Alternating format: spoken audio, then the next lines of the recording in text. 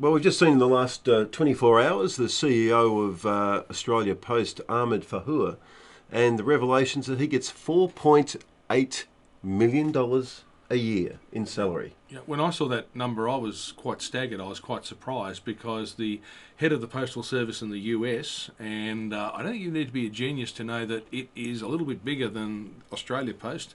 He's on just over $500,000 a year. The Sir Humphrey that runs the Australian Public Service, so every aspect of the Australian government is overseen by that public servant, $800,000 a year. So how do you justify... Well, the Prime Minister, $500,000 Well, a I year. don't follow how you get 4.8. And I know it becomes a really awkward thing when you start saying, well, this person earns that and that person earns that, and, you know, how do you justify it? And you can go through those arguments, but it's unchallengeable that that is a ridiculously large amount of money. Well, the government's already come out and defended it, saying that they have to pay market prices. Well, there aren't that many chief executives in this country getting close to $5 million. And in fact, a lot of the CEO salary packages have come down over the last 18 months to 2 years. And I think the average salary you'll find for them is barely $1 million at the moment. And majority of the big ones in the top 200 companies on the ASX are getting around $1.5 to $2 million.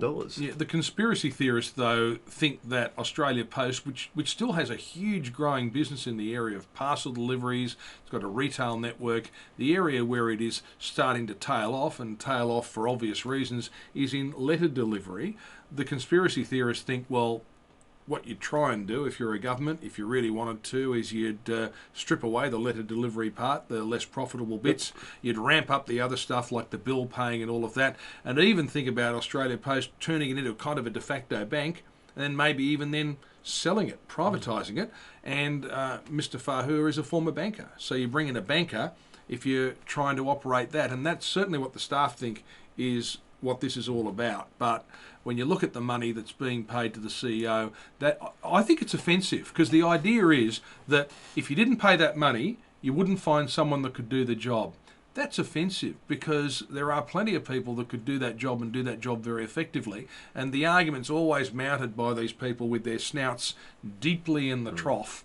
If I wasn't being paid this, I'd be doing a job somewhere else. I mean, what about Sol Trujillo? He's remember that was the argument being put. And his three amigos. We were never going to get someone as good as Sol to run the, Telstra. If we didn't pay him a lot of money. We know how that went. But Australian companies have had a tradition over the years, and it's largely due to the insecurity of, well, we'll conduct a global search to find a replacement for that person. Invariably, they find someone who comes in overseas who has no knowledge of the business landscape in Australia and no knowledge of the business itself. They need 12 to 18 months to settle into their role, and by then the rest of the world has moved on. But it is a bad look for Ahmed Fahour. $4.8 million, no matter how good he is, at a time when they're about to dump 900 jobs.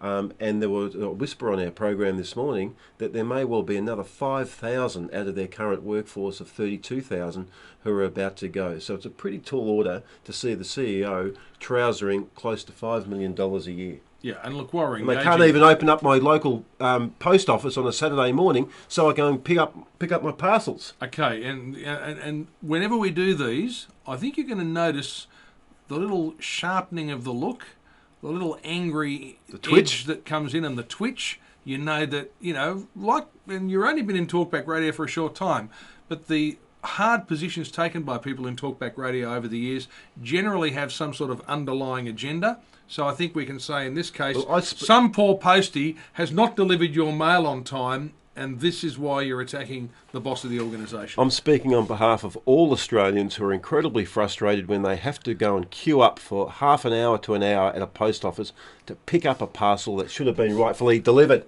It's an outrage and it needs to be fixed. And all I can say is that there was the cliche about posties having tempers and being on the edge. Well, what about their customers? What are you saying?